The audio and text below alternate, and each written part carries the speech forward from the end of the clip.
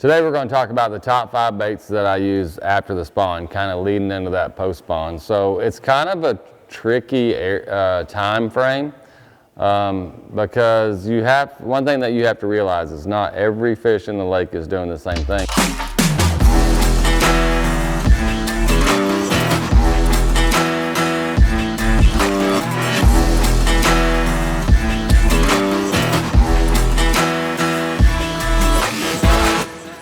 Fishing gets tough after the spawn. You know, these fish they don't want to bite and stuff like that. I don't know that that's all true. I think one of the reasons that it's tough is because, you know, a lot of these fish that's been on the bank, they just scatter out. Some go out to deep water.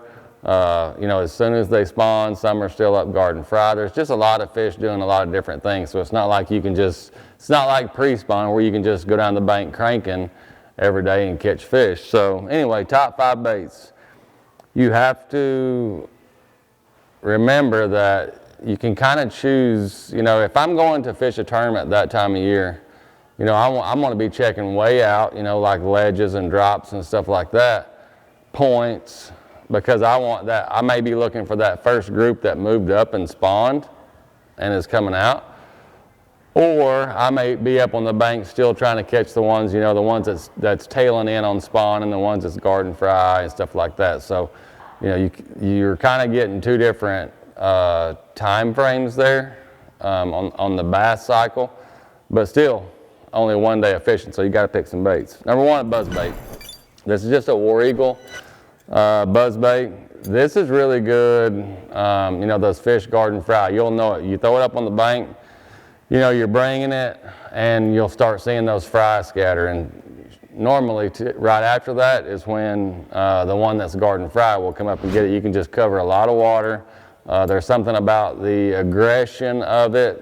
You know, the females, the males guarding fry, they'll bite it. Same kind of principle. This is a Pop-R, Boss Pop actually. Target casting, like they come out, you know, if I'm fishing stumps or, you know, laydowns or something like that after the spawn. And notice it's perch color. Another thing that happens right after the bass spawn is the bluegill get up there and start spawning. So, you know, the color of a perch, but I can still cover water, but target casting. So that's 2 baits up shallow. One of the better baits for right after they spawn is a square bill. I mean, a lot of these fish will spawn and they'll pull out just 3 or 4 foot. They're still roaming the bank eating. You get those windy conditions or that off-color water, you can just literally go down the bank cranking and get a lot of bites doing that. That's a Norman speed in.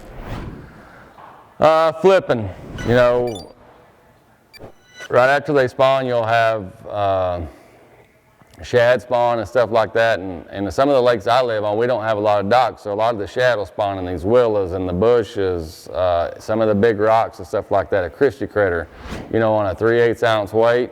If I'm going to be flipping, typically after the spawn, it's going to be a soft plastics, and more times than not, it's the Christie critter. So I've actually won a lot of tournaments right after the spawn, flipping that bait. That's one of my all-time favorite money-making baits right there. If I need a bite with a soft plastic, that's the one that I pick up. It's a hard time of year for me when we're in that, because I'll have 4 or 5 shallow rods laid out here, and then I'll have some deep stuff over here too. I know that when you're fishing out, there's other baits. You know, you got the big spoon, you got worms, you got jigs and all of that. But for me to find a group of bass, this is what I use, a BD7.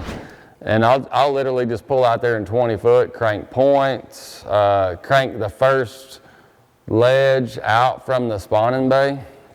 Yeah, if I'm catching them on this, then I may have a few other baits laid out there, you know, to show that school something else. But for me, just to pick one, to go out and get that first group of spawners that moves out BD7 all the way, the bigger bass are going to bite it, and I can cover a lot of water. The key to it is if you're the first guy that finds these schools that move out, it really doesn't matter what you throw in there, because they're going to be hungry, they're going to be aggressive, and they're going to be schooled up, so it's competitive for them.